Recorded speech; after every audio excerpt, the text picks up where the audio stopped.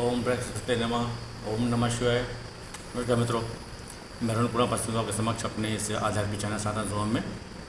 आज पुनः मैं देखिए आपके सामने एक नया प्रसंग लेके आया हूँ बाइबल से, बृहस्पति नामक पुस्तक से जल प्रलय। तो देखिए यहाँ पर जल प्रलय के वर्णन किया गया है।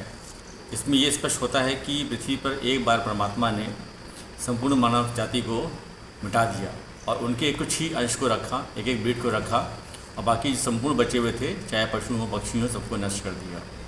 और इसको पढ़ने में दूसरा हमको ये मालूम पड़ेगा कि परमात्मा ने पुनः ऐसा क्रोध ना करने के लिए संकल्प बांधा, जिस पे उन्होंने संकेत के रूप में इंद्रधनुष रखा, जो हमें आज वर्तमान समय में हम साथ देखते आ रहे हैं।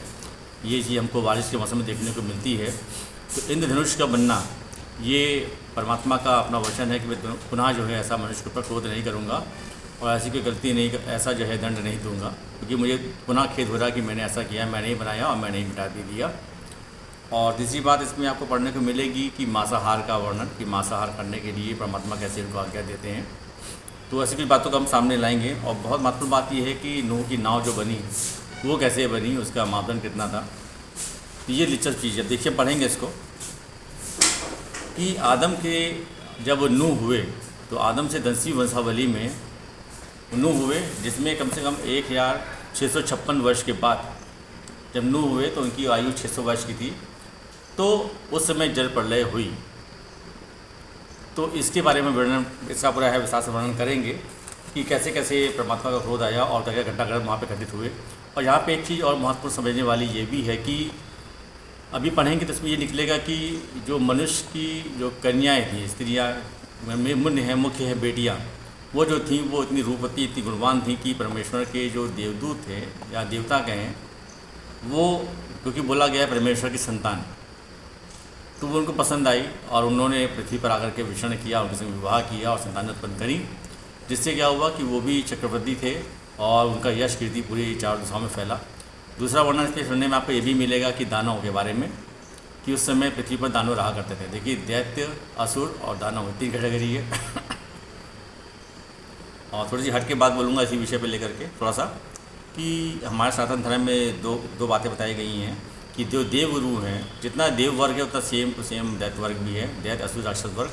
तो उसमें जो देव गुरु बृहस्पति जी हैं और दैत्य गुरु शुक्राचार्य है, शुक्रदेव। और जो इसमें मुख्य जो है शुक्रवार का दिन, फ्राइडे का दिन जो इम्पोर्टेंट होता है वो इम्पोर्टेंट है। तो और ऐसे मांग चलेंगे जुम्मे की रात, जुम्मा और जुम्मे के दिन, बृहस्पतिवार और शुक्रवार। तो की बात इसमें लिखी है, पढ़ने में आएगी तो उसको पढ़ेंगे और दिलचस्पी से समझेंगे इसको कि परमात्मा ने क्या चीज़ नोटिस करी। इसके बाद परमात्मा ने नूह पे अपना अनुग्रह बरसाया, नूह को कैसे पात्र बनाया और क्या क्या उसको निर्देश दिए, कैसे नाव बनी और कैसे कैसे उनको आगे आशीष दिया। देखिए उत्पत्ति नामक पुस्तक से 6 से जल प्रलय का वर्णन। फिर जब मनुष्य भूमि के ऊपर बहुत बढ़ने लगे और उनके बेटियां उत्पन्न हुई, तब परमेश्वर के पुत्रों ने मनुष्य की पुत्रियों को देखा। देखिए परमेश्वर के पुत्र कौन हुए, निसंदेह उनकी संतानें हैं।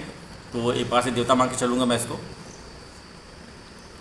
तो परमेश्वर के पुत्रों ने मनुष्य की पुत्रियों को देखा कि वे सुंदर हैं, सो उन्होंने जिसको चाहा उससे ब्याह कर लिया। और यहोवा ने कहा, मेरी आत्मा मनुष्य से सदा लोभ विवाद करता ना रहेगा, क्योंकि मनुष्य भी शरीर ही है। और मनुष्य को शरीरी इसलिए कहा क्योंकि वो भटक जाने वाला होता है, माया का अधीन, जैसे हम लोग बोलते हैं कि मनुष्य माया का अधीन है। निसंदेह उसको लगता है मुझे ऐसा करना चाहिए, ऐसा नहीं करना चाहिए, लेकिन फिर भी क्षमा कीजिएगा, वो माया का अधीन होकर के और गलतियों को करता है, इसलिए वो भटक जाने वाला है। जानने के बावजूद भी गलत तरफ भटक जाता है, इसलिए इसको शरीरी ठहराया परमात्मा ने कि वो शरीरी है क्योंकि वो भटक जाता है। इसलिए वहाँ पे मैं परमात्मा ने प्रथम कार्य किया कि मनुष्य की आयु का निर्धारण किया 120 वर्ष। ये महत्वपूर्ण चीज़ समझने वाली है। तो तब से लेकर आज तक किसी मनुष्य की जो है भौतिक शरीर की आयु है 120 वर्ष की है। इसमें याद नोटिस करने वाली बात है थोड़ा समझने की कि इससे पहले भी संतानें खत्म हो जाती है, बचती, मनुष्य कोई भी खत्म हो जाता है, चाहे स्त्री पुरुष हो। तो थोड़ा सा तार्किक समझने वाले, लेकिन परमात्मा ने जो एक आयु दी है तो 120 वर्ष की फिक्स की है। इससे पहले आप देखेंगे तो आदम की आयु जो है 930 वर्ष की थी, तो वो 930 साल तक जो जीते थे, उससे और भी आगे तक जीते थे। कुल मिलाकर के इसके बाद से आयु का निर्धारण हुआ, यहीं से 120 वर्ष की आयु हुई। उन दिनों में पृथ्वी पर दानव रहते थे और इसके पश्चात जब परमेश्वर के पुत्र मनुष्य की पुत्रियों के पास गए, तब उनके द्वारा जो संतान उत्पन्न हुई वे पुत्र शूरवीर होते थे जिनकी कीर्ति प्राचीन काल से ही प्रचलित है। और हवा ने देखा कि क्षमा कीजिएगा, मनुष्य की बुराई पृथ्वी पर बढ़ गई है और उनके मन के विचार में जो भी कुछ उत्पन्न होता है वो निरंतर बुरा ही होता है। जैसे हम लोग हमेशा बोलते हैं व्यक्ति जो है, मनुष्य है, माया के अधीन है और वो ये प्रकार से गलत की तरफ ज़्यादा ही जाता है। निसंदेह कोई भी व्यक्ति हो, सबके लिए एक बात कही गई है, किसी व्यक्ति विशेष की बात नहीं गई है। और ये रेशियो इतना ज़्यादा है सही गलत के बीच का कि निसंदेह गलत नज़र आता है। तो परमात्मा ने इस चीज़ को नोटिस किया कि मनुष्य निरंतर गलती करता है, तो उसके अपने विचार जो उत्पन्न होते हैं वो भी निरंतर बुरे ही होते हैं। देखिए, मन में जो इच्छाएँ होती हैं उसको लेके ही मनुष्य उसकी पूर्ति के लिए अपने शरीर रूपी यंत्र का प्रयोग करता है। और ऐसे मैं बताऊँ, एक हमारे कठोपनिषद में कहा गया है बात ये, शरीर से परे है इंद्रिय, इंद्रिय से परे है मन, मन से परे बुद्धि, बुद्धि से परे आत्मा और आत्मा से परे परमात्मा। परिमित श्रेष्ठ, उससे भी अच्छा। और यहोवा पृथ्वी पर मनुष्य को बनाने से पछताया और मन में अति खेदित हुआ। तब यहोवा ने सोचा कि मैं मनुष्य को जिसकी कि मैंने सृष्टि की है पृथ्वी के ऊपर से मिटा दूंगा। क्या मनुष्य, क्या पशु, क्या रेंगने वाले जंतु, क्या आकाश के पक्षी, सबको मिटा दूंगा, क्योंकि मैं उनको बनाने से पछताता हूँ। तो देखिए, परमात्मा ने क्या देखा कि निस्संदेह परमात्मा ने देखा कि मनुष्य का पाप जो है यहोवा से आदम से लेकर के उसकी 10वीं पीढ़ी तक, नूह तक आते आते देखा कि इतनी जितनी भी जनरेशन है सब पापी हो चुकी हैं और इस हद तक गलत कार्य करती हैं कि परमात्मा को स्वयं में खेद और पश्चाताप होगा। और प्रायश्चित करने के बाद उन्होंने कहा कि मुझे आप दुख हो रहा है और मैं इसको मिटा दूंगा। जहाँ तक उनका क्रोध बढ़ा, लेकिन उसमें उनको जो है एक व्यक्ति मिला जिसका नाम था नूह। तो देखिए, परंतु यहोवा की अनुग्रह की दृष्टि में नूह पर बनी रही। नूह की वंशावली यह है, नूह धर्मी पुरुष और अपने समय के लोगों में खरा था और नूह परमेश्वर ही के साथ चलता था। नूह से शेम, हाम और येपेत नाम के 3 पुत्र उत्पन्न हुए। उस समय पृथ्वी परमेश्वर की दृष्टि में बिगड़ गई थी और उपद्रव से भर गई थी। और परमेश्वर ने पृथ्वी पर जो भी दृष्टि की तो क्या देखा कि वह बिगड़ी हुई है, क्योंकि सब प्राणियों ने पृथ्वी पर अपनी अपनी चाल चलन बिगाड़ ली है। तो जिसके मन में जो आता था, कुल मिला के गलती आता था, तो उसको वो अपने आप को अहंकार में डींगे भर के अपना को श्रेष्ठ बताता था और अगले गलत। कुल मिला के मनुष्य ने गलती कार्य किया, इतना किया कि परमेश्वर को क्रोध आया और वो उन्होंने सोचा कि मैं इसको नष्ट कर दूँ। तब परमेश्वर ने नूह से कहा, सब प्राणियों के अंत करने का प्रश्न मेरे सामने आ गया है, क्योंकि उनके कारण पृथ्वी उपद्रव से भर गई है। निसंदेह अच्छे लोग भी होंगे, तो अच्छा व्यक्ति, सीधा व्यक्ति, सज्जन व्यक्ति और साधारण से जो परमात्मा के मार्ग पर चलने वाले सीधे व्यक्ति होंगे, वो उनसे चले जाते होंगे, कष्ट पाते होंगे। तो परमात्मा का दुख हुआ कि मेरे द्वारा बनाया गया मनुष्य है निसंदेह अगले को कष्ट पहुँचाता है। तो यही क्रोध उनको उभरा और तो परमात्मा ने कहा कि मैं समस्त मनुष्य जाति को नष्ट कर दूंगा। अब उसका उपाय देखिए, नूह को बताते हैं कि इसलिए तू गोपेर वृक्ष की लकड़ी का एक जहाज बना ले। तो देखिए, निसंदेह गोपेर की लकड़ी की ऐसी महत्वपूर्ण होती होगी जो आराम से पृथ्वी पर तैरे और दूर तक और लंबे समय तक वो उसमें प्रभाव में आके कि सड़ेगी नहीं, गलेगी नहीं। तो ये पॉइंट पकड़ने वाला है, गोपेर वृक्ष की लकड़ी का जहाज बनना, उसमें कोठियाँ बनाना और भीतर बाहर पर राल लगाना। राल निसंदेह मान के चलिए कि इसको चिपकाने का कार्य भी करती होगी और एक प्रकार से जैसे जब पानी पड़ेगा तो वाटर प्रूफिंग का कार्य भी करती होगी। तो इसी बताया, बाहर, भीतर और बाहर उस पर राल लगाना और इस ढंग से उसको बनाना। जहाज़ की लंबाई 300 हाथ, चौड़ाई 50 हाथ और ऊंचाई 30 हाथ की हो। तो ये जहाज़ का जो मेज़रमेंट है, ये समझ के चलिए पुराने समय पे मेज़रमेंट ऐसे ही होता था। तो कोई हाथ से नाप रहा है, कटोरी से नाप रहा है, कोई बालिश से नाप रहा है। तो इस तरीके से उस समय उसके हाथ की लंबाई होगी। हाथ का मतलब क्या हुआ कि उसका नूह का स्वयं का हाथ, तो 300 हाथ लंबाई लिए और 50 हाथ चौड़ाई लिए और 30 हाथ ऊंचाई लिए हुए। जहाज में एक खिड़की बनाना और इसके एक हाथ ऊपर से उसकी छत बनाना और जहाज की ओर की एक अलंग में एक द्वार बनाना और जहाज में पहला, दूसरा और तीसरा खंड बनाना। इस प्रकार के जहाज़ को 3 भागों में बांट रखना, 3 जगह, तीनों जगह। जिस प्रकार से जैसे पूरा मकान बनता है, मकान में कमरे होते हैं अलग अलग, उस तरह से एक प्रकार से 3 कमरे बने। तो ये क्योंकि जहाज़ की लंबाई 300 हाथ की थी, ये मान के चलिए कि 100 हाथ पर 2 बार पार्टिसिपेशन दिया गया। तो पार्टिसिपेशन देने के बाद 300 हाथ 100 हाथों के रूप में 3 जगह बटा सामान्यता। और सुन, मैं आप पृथ्वी पर जल प्रलय करके सब प्राणियों को जिनमें जीवन की आत्मा है आकाश के नीचे से नाश करने पर हूँ, और सब जो पृथ्वी पर हैं मर जाएंगे, परंतु तेरे संग में वाचा बांधता हूँ, इसलिए तू अपने पुत्रों, स्त्रियों और बहुओं समेत जहाज में प्रवेश करना। देखिए, अभी तक इसमें अन्य किसी स्त्री का, जैसे मान ली नूह की स्त्री है, नूह की पत्नी है, उसका नाम नहीं आया। ऐसे भी बहुत सी जगह कभी भी स्त्री का 10वीं पीढ़ी तक में किसी स्त्री का नाम नहीं आया है, किसी की पत्नी का नाम क्या था। एक चीज़ स्पष्ट हुई, आदम की पत्नी हवा। तो नूह तक उसकी पत्नी का नाम नहीं दिया, संतानों का नाम नहीं दिया।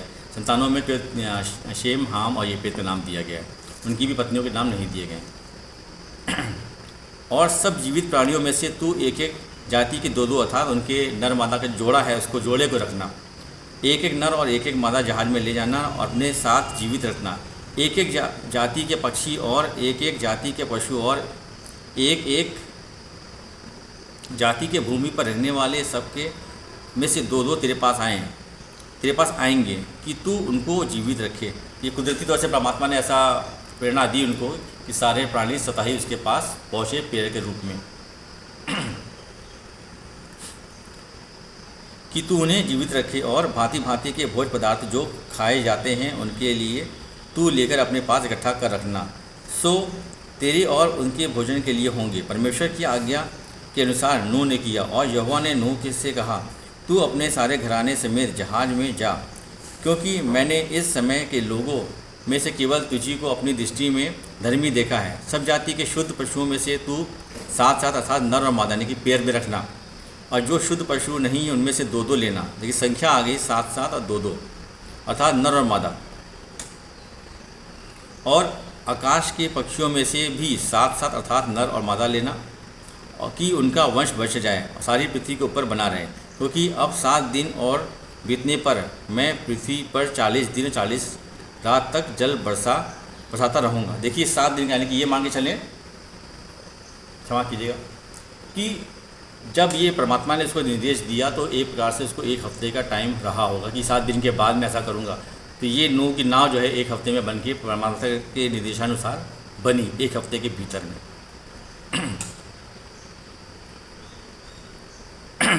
और जिन वस्तुओं को मैंने बनाई है सबको भूमि के ऊपर से मिटा दूंगा। यहोवा की इस आज्ञा के अनुसार नूह ने किया। नूह की अवस्था 600 वर्ष की थी जब जल प्रलय पृथ्वी पर आया। नूह अपने पुत्रों, पत्नियों, बहुओं समेत जल प्रलय से बचने के लिए जहाज में गया। और शुद्ध और अशुद्ध दोनों प्रकार के पशुओं में से पक्षियों और भूमि पर रहने वालों में से भी 2 अर्थात नर और मादा जहाज में नूह के पास आए। और जिस प्रकार परमेश्वर ने नूह को आज्ञा दी थी, 7 दिन के उपरांत प्रलय का जल पृथ्वी पर आने लगा। जब नूह की अवस्था 600वें वर्ष के दूसरे महीने और 17वें दिन आया, उस दिन बड़े गहरे समुद्र के सब सोते फूट निकले और आकाश के झरोखे खुल गए और वर्षा 40 दिन तक 40 रात तक निरंतर पृथ्वी पर होती रही। देखिए यहाँ पर मैं एक चीज़ को समझना चाहूँगा कि देखिए जैसा कि कहा कि जब नूह की अवस्था कि 600वें वर्ष के दूसरे महीने के 17वें दिन होगा। ये मान के चलते हैं, समझने के उद्देश्य से बोल रहा हूँ। अभी वर्तमान समय में 2023 चल रहा है, तो ये मान के चलिए 2023 में 600वां वर्ष लगा। 600वें वर्ष के यानी कि 600वां पूरा हो गया, या तो 7वां चल रहा होगा। 601 वाला देखिए 600 वर्ष के दूसरे महीने यानी कि फरवरी का महीना और 17वें दिन फरवरी के महीने की 17 तारीख को मान के चलिए जल प्रलय प्रारंभ हुई और उसकी 40 दिन तक चलती रही। ठीक उसी दिन नूह अपने पुत्र शेम, हाम और येपेत और अपनी पत्नी और 3 बहुओं समेत उसके संग एक एक जाति के सब बनेले पशु, बनेले मतलब जंगली, और एक एक जाति के सब घरेलू पशु और एक एक जाति के सब पृथ्वी पर रहने वाले और एक एक जाति के सब उड़ने वाले पक्षी जहाज में गए। जितने प्राणियों में जीवन की आत्मा थी उनकी सब जातियों में से 2 नूह के पास जहाज में गए। नूह 2 का मतलब नर और मादा के पेड़ के रूप में गए। और जो गए वे परमेश्वर की आज्ञा के अनुसार सब जाति के प्राणियों में से नर और मादा गए। तब यहोवा ने उसका द्वार बंद कर दिया और पृथ्वी पर 40 दिन और तक जल प्रलय होता रहा और पानी बहुत बढ़ गया, जिससे जहाज ऊपर को उठने लगा और वह पृथ्वी पर से ऊंचा उठ गया और जल बढ़ते बढ़ते पृथ्वी पर बहुत ही बढ़ गया और जहाज जल के ऊपर तैरता रहा और जल पृथ्वी के अत्यंत बढ़ गया, यहाँ तक कि सारी पृथ्वी पर जितने बड़े बड़े पहाड़ थे सब डूब गए। जल तो 15 हाथ ऊपर बढ़ गया और पहाड़ भी डूब गए, और क्या पक्षी, क्या घरेलू पशु, क्या बनेले पशु और पृथ्वी पर सब चलने वाले प्राणी और जितने भी जंतु पृथ्वी पर बहुतायत से भर गए थे, वे सब के सब मनुष्य मर गए। सब मनुष्य मर गए। जो जो थल पर थे उनमें से जितनों के नथनों में जीवन के श्वास था सब मर मिटे। और क्या मनुष्य, क्या पशु, क्या रहने वाले जंतु, क्या आकाश के पक्षी जो जो भूमि पर थे सो सब पृथ्वी पर से मिट गए। केवल नूह और जितने उसके संग जहाज में थे ही बचे। जल पृथ्वी पर 150 दिन तक प्रबल रहा। अब देखिए यदि हम ये काउंट करें वहाँ से कि 150 दिन, देखिए 30 दिन का एक महीना तो समान मान के चलिए, 28 दिन, 30 दिन, 31 दिन, मैं 30 दिन का मान के चल रहा हूँ, तो 3 × 6 = 15 यानी 5 महीने। तो फरवरी से अगला हमारे 17 फरवरी 17 महीने पर ये शुरू हुआ, 17वें दिन पर शुरू हुआ, तो उससे 5 महीने अगले तक यानी 15 दिन, 5वां महीने 7वां फरवरी को काउंट कीजिए और 7 महीने तक ले लीजिए। तो दूसरे उसके बाद देखिए तो अगले 150 दिन का मतलब क्या हुआ, फरवरी को काउंट करके 30 दिन का एक महीना, तो 5 महीने और काउंट कीजिए। तो फरवरी से लेके 5 महीना। और परमेश्वर ने नूह की और जितने बरेले पशु और घरेलू पशु उसके संग जहाज में थे उन सभी की सुधि ली। और परमेश्वर ने पृथ्वी पर पवन बहाई और जल घटने लगा और गहरे समुद्र के सोते और आकाश के झरोखे बंद हो गए। और उसने जो वर्षा होती थी सो भी थम गई। और 150 दिन के पश्चात जल पृथ्वी पर घटने लगा। 7वें महीने के 17वें दिन को जहाज अरारात नामक पहाड़ पर टिक गया। देखिए 7वां महीना हुआ ना कि देखिए मैंने जो बताया कि 150 दिन तक 3 × 6 = 15, 30 यदि 31 दिन का एक महीना होता है तो 5 महीना। तो फरवरी दूसरा महीना हो गया, फरवरी से 5 तो 7वां महीना हो गया ना, यानी कि जनवरी फरवरी उससे 5 महीने, मार्च अप्रैल मई जून जुलाई अगस्त। तो जुलाई के महीने का मान के चलिए, तो जुलाई के महीने में वो उसका 7वां महीना पूरा हुआ। जुलाई के 7वें महीने में 17वें दिन यानी कि जुलाई 17 को जहाज अरारात नामक पहाड़ पर टिक गया और जल 10वें महीने तक घटता चला गया। यानी उसके बाद और यानी कि 7वां महीना जुलाई यानी कि अगस्त सितंबर अक्टूबर के महीने तक मान के 10वें महीने तक मतलब यही हुआ कि अक्टूबर के महीने तक उस हिसाब से 10वें महीने तक घटता चला गया। और 10वें महीने के पहले दिन पहाड़ की चोटी दिखाई दी, यानी कि अक्टूबर के पहले दिन, अक्टूबर का 1 ये मान के चलिए। फिर ऐसा हुआ कि 40 दिन के पश्चात नूह ने अपने बनाए हुए जहाज़ की खिड़की को खोलकर एक कौवा उड़ा दिया।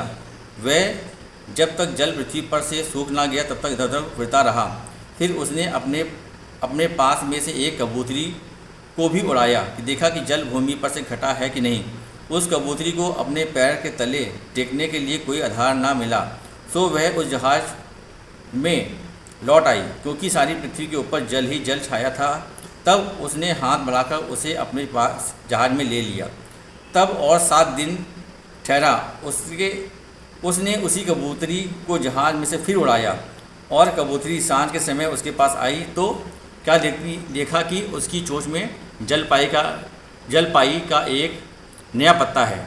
इससे नूह ने जान लिया कि जल पृथ्वी पर घट गया है। फिर उसने 7 दिन और ठहरकर उसी कबूतरी को उड़ाया और वह उसके पास फिर कभी लौटकर ना आई। फिर ऐसा हुआ कि 601 वर्ष के पहले महीने के पहले दिन जल पृथ्वी पर से सूख गया। तो देखिए 600 वर्ष पूरे कंप्लीट हो गए, यानी कि 700वां वर्ष का शुरू का समय आ गया, उसको लग गया। तो पहला वर्ष यानी कि 1 जनवरी मान के चलिए, तो पहले दिन यानी कि जैसे ही उसका 6वां वर्ष पूरा हो गया 2024 आ गया, ये मान के चलिए, समझने के उद्देश्य से बता रहा हूँ। ऐसा भी अभी आने का क्योंकि टाइम है। तो जनवरी 1 को पूरा जल सूख गया। तब नूह ने जहाज़ की छत खोलकर क्या देखा कि धरती सूख गई है और दूसरे महीने के 27वें दिन को पृथ्वी पूरी रीति से सूख गई। तो यानी कि फिर 24-15 मान के चलिए, दूसरे महीने 27वें दिन, तो 24 फरवरी की 27 तारीख, ऐसा इस तरीके से मान के चलिए समझने के उद्देश्य से। तो पूरी पृथ्वी पे से जल पूरा सूख चुका है, पृथ्वी पूरी रीति से सूख गई है। तब परमेश्वर ने नूह से कहा, तू अपने पुत्रों, पत्नी और बहुओं समेत जल में से निकल ला। क्या पक्षी, क्या पशु, क्या सब भांति के रेंगने वाले जंतु जो पृथ्वी पर रेंगते हैं, जितने शरीरधारी जीव जंतु तेरे संग हैं, उन सब को अपने साथ निकाल ले आ कि पृथ्वी पर उनसे बहुत बच्चे उत्पन्न हों और वे फूले फलें और पृथ्वी पर फैल जाएँ। तब नूह और उसके पुत्र और पत्नी और बहुएं निकल आईं और सब चौपाए रहने वाले जंतु पक्षी और जितने जीव जंतु पृथ्वी पर चलते फिरते थे सो सब जाति जाति के जहाज में से निकल आए। तब नूह ने देखिए यहाँ पर इस चीज़ प्रसंग क्लियर हो गया। पूरी पृथ्वी पूरी रीति से पूरे 1 वर्ष के अंतर्गत ये पूरा प्रकरण चलता रहा।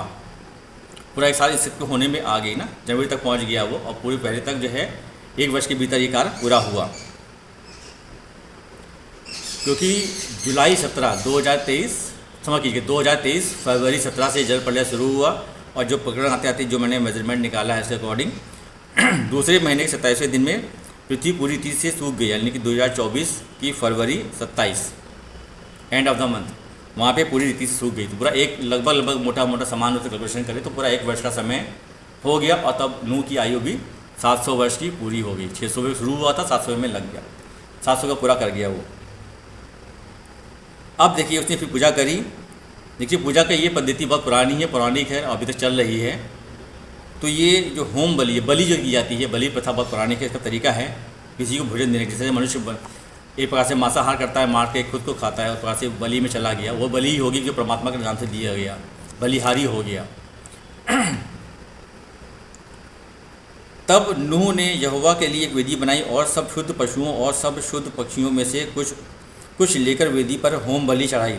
इस पर यहोवा ने सुखदायक सुगंध पाकर सोचा कि मनुष्य के कारण कि मैं फिर कभी भूमि को शाप ना दूंगा। यद्यपि मनुष्य के मन में बचपन से ही जो कुछ उत्पन्न होता है बुराई होता है, तो भी जैसे कि मैंने सब जीवों को अब मारा है, वैसे फिर उनको फिर से कभी ना मारूंगा। तो निसंदेह परमात्मा पुनः पछताए, उनको दुख हुआ। जैसे समान रूप से मान के चलिए कि माता पिता संतान को फटकारते हैं, मारते पीटते भी हैं, तो उनको कुछ देर बाद खुद भी खेद होता है कि मैंने ऐसा क्यों किया। मेरे को भी ऐसा होता है, कभी बच्चों को फटकारता हूँ या पिटाई कर देता हूँ। तो ये भावना समझने की बात है कि निसंदेह माता पिता में भावना ऐसी भरी होती है। वो संतान को प्रताड़ित तो करना नहीं चाहते, लेकिन गलती पा करके ऐसी जगह भी पहुँचते हैं कि उनको लगता है कि हम बच्चे की पिटाई भी कर दें, लेकिन बाद में खुद भी उनको खेद होता है कि सभी संतान मेरी ही है। तो निसंदेह परमात्मा के संग ऐसा भी घटा। अब देखिए यहाँ पे समझने की बात है। अब से जल, जिसको मैं माफ़ कीजिए बात और करना चाहता हूँ कि आज भी देखिए जल प्रलय होती, लेकिन क्योंकि वो जो होती पहली बार हुई थी और पूरी संपूर्ण सृष्टि पूरी पृथ्वी का पूरा जलमग्न हो गई थी। लेकिन इस प्रकार से मैं कहना चाहता हूँ कि एक प्रकार से उसका प्रभाव आज भी देखने को मिलता है। सामान्य रूप से कभी कभी बारिश के मौसम में देखिए सब जगह बहुत सी जगह बाढ़ आ जाती है, और इतनी भीषण बाढ़ आती है कि गाँव के गाँव तबाह हो जाते हैं, जनमानस की हानि होती है। ये पूरे विश्व में कहीं ना कहीं किसी न किसी रूप में देखने को मिलता है, और समुद्र में भी कभी कभी ऐसा तूफान उठता है। तो ये सब समझ लीजिए इसका प्रभाव है। एक प्रकार से वो छूटा हुआ है कि भगवान ने ऐसा कर दिया, कुछ ना कुछ आंशिक रूप से होता रहता है। लेकिन प्राकृतिक घटनाक्रम है, ये मेरे मन के भाव से ऐसा उठा, शायद उसके पास ही ऐसा होने लगा कि वो पूर्ण रूप से तो ना हो, कि आंशिक रूप से एक भी रूप कभी ना कभी वर्ष में एक बार तो लेते ही लेता है। अब देखिए आपसे जब पृथ्वी बनी रहेगी तब तक बोने और काटने के समय ठंड और पतन, धूप और शीतकाल, दिन और रात निरंतर होते रहेंगे। तो ये सारी चीज़ें जो मौसम बनाए भगवान ने, बोने काटने का समय, धूप रात, और ये आपका ठंड का मौसम, पतन, धूप पतन अर्थात नष्ट होना, सृष्टि का प्रलय होना, नष्ट होना, किसी के रूप में और भी जनमानस की हानि होना। पतन का मतलब यही हुआ। धूप शीत दिन रात निरंतर होते चले जाएंगे, सब उसका हिस्सा बन गए। पुनः से ये चीज़ सिस्टम में आ गई। देखिए फिर परमेश्वर ने नूह और उसके पुत्रों को आशीष दी, उनसे कहा कि फूलो फलो और बढ़ो और पृथ्वी में भर जाओ, और तुम्हारा डर और भय पृथ्वी के सब पशु, आकाश के पक्षियों और भूमि पर के सब रेंगने वाले जंतुओं और समुद्र की सब मछलियों पर बना रहे। तो ये प्रकार से मनुष्य उन पर शासन करता है, निसंदेह उनको कंट्रोल में करता है, और संभवतः उसको मार भी देता है। और एक प्रकार से ये मान के चलिए कि पशु पक्षी समान रूप से मनुष्य से भयभीत होते हैं। क्योंकि परमात्मा ने ऐसा कहा कि ऐसा भय बना रहे, और भय बना रहेगा तो नियंत्रण में रहेंगे। और देखिए यहीं से मांसाहार का जो आज्ञा मिलती है लिखित, वो ही मिलती है कि सब चलने वाले जंतु तुम्हारा आहार होंगे। जैसे तुमको हरे हरे छोटे पेड़ दिए थे, वैसे ही अब सब कुछ देता हूँ, पर मांस के प्राण समेत अर्थात लोहू समेत तुम ना खाना, और निश्चित ही मैं तुम्हारा लोहू अर्थात प्राण का पलटा लूँगा। सब पशुओं और मनुष्यों दोनों में से उन्हें लूँगा। मनुष्य के प्राण का पलटा मैं एक एक के भाई बंधु से लूँगा। जो कुछ मनुष्य का लहू बहाएगा, जो कोई मनुष्य का लहू बहाएगा उसका लहू मनुष्य ही से लिया जाएगा, क्योंकि परमेश्वर ने मनुष्य को अपने ही स्वरूप के अनुसार बनाया है। और तुम तो फूलो फलो और बढ़ो और पृथ्वी पे बहुत बच्चे जन्म के उसमें भर जाओ। तो निसंदेह देखिए मांसाहार की जो आज्ञा है निसंदेह बाइबल में लिखी है। देखिए जब मैंने इस संज्ञान को नहीं पढ़ा था, नहीं जाना था, अभी गत 2 वर्षों में मैंने पूरा किया है, तो निसंदेह देखिए हमारे जो मुस्लिम भाई इस्लाम धर्म में या क्रिश्चियंस हैं, दोनों ही जो हैं इस मांसाहार के लिए हाईलाइटेड है। लेकिन ऐसा नहीं कि हिंदू नहीं खाता है, चाइना भी वर्ल्ड वाइड फेमस है, वो तो चमगादड़ भी खाता है, तो कोई दिक्कत नहीं है, तार्किक बात नहीं है। मैं बात ये कहना चाहता हूँ, जब मेरे पास एक समान रूप से इसका लिखित प्रमाण नहीं था, तो ये घटनाक्रम फेमस था कि सब मांसाहार करते हैं। इसके लिए ये जो हमारे ईसाई भाई हैं, क्रिश्चियन कम्युनिटी है और मुस्लिम है, वो जाने जाते हैं, हाईलाइटेड है ये चीज़ कि ये लोग मांसाहार विशेष रूप से करते हैं। तो इसकी आज्ञा जो दी गई है वो इसमें लिखित है उत्पत्ति नामक पुस्तक में 9 में। तो ये सबके लिए पढ़ने की समझने की बात है। और निसंदेह रिच प्रोटीन है, फैट मिलता है, और भी चीज़ें हैं, कुल मिला के जबकि मैं इसका व्याख्यान नहीं करूँगा। लेकिन आहार परमात्मा ने बनाया है, बताया है, तो वो निसंदेह ओके है, इसलिए उनका मांसाहार करना कहीं से भी गलत नहीं है। दूसरी बात मैं ये कहना चाहता हूँ कि देखिए परमात्मा ने भी, हम जैसे अपना सनातन हिंदू धर्म पढ़ता हूँ, तो सात्विक, राजसी और तामसी 3 तरह के लोग हैं, 3 तरह की प्रवृत्तियाँ हैं। तो तम में ये मांसाहार आता है, मदिरा का सेवन करना, मांसाहार का खाना, मसाले वाला स्पाइसी बहुत ज़्यादा खाना, ये सब में मांस और शराब जो है तामसी भोजन में आता है, ये तम प्रदान करता है। तो इस तरह की मान के चलिए कि 3 कैटेगरी, 3 तरह के लोगों बांटे, तो एक कैटेगरी निसंदेह हिंदू सनातन धर्म में भी है। और भी बहुत सी बातें मैं बहुत डिटेल में नहीं जाऊँगा कि जैसे इसने होम बलि की है तो हमारे यहाँ बलि दी जाती है निसंदेह। तो समान रूप से मांसाहार की परमिशन लिखित रूप से परमात्मा ने दी है, इसलिए वो अनुकरणीय है और उसके में कोई बुराई नहीं है। और दूसरी बात जो लहू की है, देखिए मीट जो काटा जाता है, एक होता है झटके का और हलाल का। तो थोड़ा ध्यान मुझे प्राप्त हुआ कि जो झटके में तो एक बार में काट दिया, निसंदेह में ब्लड रहेगा, ब्लड नहीं आना चाहिए था। ब्लड से ही आत्मा का निर्माण, उसमें पुष्टि होती है, भी आगे बढ़ने में मिलेगा इस तरीके से। ब्लड जो है प्राण है उसका, मनुष्य का। तो इसलिए परमात्मा ने इसको 2 बातें स्पष्ट कही, मैंने मनुष्य को अपनी रीति से अपने अनुसार ही बनाया, मेरी तरह भावना का है। पुनः परमात्मा ने यही बात कहा, क्योंकि परमेश्वर ने मनुष्य को अपने ही स्वरूप के अनुसार बनाया है। देखिए ये बहुत पकड़ने का पूरी बाइबल का, बाइबल तो स्टार्टिंग में ही पॉइंट दोबारा मिला है, तो ये पूरी बाइबल पढ़ी है, पूरी कुरान पढ़ी है। और इसमें मैं बात को इतनी सी लाइन को पकड़ के बोलूँगा कि हमारे सनातन हिंदू धर्म में बात कही जाती है, शिव हम ब्रह्मास्मि। अद्वैतवाद जो है वो इसी से उठ के आया, अपने स्वरूप का बनाया है कि परमात्मा ने अपने स्वरूप में बनाया। मैं कहूँ मैं भगवान तो वो तो अलग है, बात हो गई, लेकिन अपने स्वरूप में बनाया, ये बात पर समझने की बात सभी के लिए है। फिर परमेश्वर ने नूह और उसके पुत्रों से कहा, सुनो, मैं तुम्हारे साथ अपने और तुम्हारे पश्चात जो तुम्हारे वंश होंगे उनके साथ ही वाचा बांधता हूँ, और सब जीवित प्राणियों में से भी जो भी तुम्हारे संग हैं, क्या पक्षी, क्या घरेलू पशु, क्या पृथ्वी पर सब बनेले, यानी जंगली पशु, पृथ्वी पर जितने भी जीव जंतु जहाँ से निकले हैं, सबके साथ भी मेरी यह वाचा बनती है। और मैं तुम्हारे साथ अपनी इस वाचा का पूरा करूँगा कि सब प्राणियों फिर जल प्रलय से नाश ना होंगे, और पृथ्वी के नाश करने के लिए फिर जल प्रलय ना होगा। फिर परमेश्वर ने कहा, जो वाचा मैं तुम्हारे साथ और जितने जीवित प्राणी तुम्हारे संग हैं उन सबके साथ भी युग युग की पीढ़ी के लिए बांधता हूँ, उसका यह चिन्ह होगा कि देखिए इंद्रधनुष यहीं से बनेगा। उत्पत्ति नामक पुस्तक के 9वें से 13वें में कि मैंने बादल में अपना धनुष रखा है, वह मेरे और पृथ्वी के बीच इस वाचा का चिन्ह होगा। और जब भी पृथ्वी पर बादल फैलाऊं और बादल में धनुष दिखाई पड़े, तब मेरे जो वाचा तुम्हारे और सब जीवित शरीरधारी प्राणियों के साथ बंधी है, उसको मैं स्मरण रखूँगा। तब ऐसा जल प्रलय फिर ना होगा जिससे सब प्राणियों का विनाश हो। बादल में जो धनुष होगा उसे देख के ये सदा का वाचा स्मरण करूँगा, जो परमेश्वर ने के और पृथ्वी के बीच में जीवित शरीरधारी प्राणियों के बीच बंधी। फिर परमेश्वर ने नूह से कहा, जो वाचा मैंने पृथ्वी पर भर के सब प्राणियों के साथ बांधी है, उसका चिन्ह यही होगा। जी देखिए इंद्रधनुष जो है वह विशेष करके जहाँ पे ओस वाला स्थान होता है, वहाँ में बारिश के मौसम में भी देखने को विशेष करके मिलता है इंद्रधनुष। तो इंद्रधनुष परमात्मा ने बनाया, और हम लोग इंद्रधनुष बोलते हैं। तो सतरंगी होता है, विबज्योर, बैनिहा, पिनाला। तो इसको प्रकाश को बटने में भी दिखता है ये कलर, तो इंद्रधनुष परमात्मा का अपनी वाचा का जो है चिन्ह है कि इसको देख के परमात्मा से हम स्मरण रखते हैं कि मैं पुनः भले निसंदेह व्यक्ति आज भी गलती कर रहा है तो क्रोध को मैं उस तक लेके नहीं जाऊंगा और आएगा भी तो ऐसी प्रलय मैं पुनः नहीं करूंगा। ये परमात्मा का वाचा है, वचन है, तो मनुष्य को दिया। अब देखिए, नूह के जो पुत्र जल से निकले, माफ़ कीजिएगा, नूह के जो पुत्र जहाज़ में से निकले शेम, हाम और येपेत थे, और हाम ने कनान का पिता हुआ।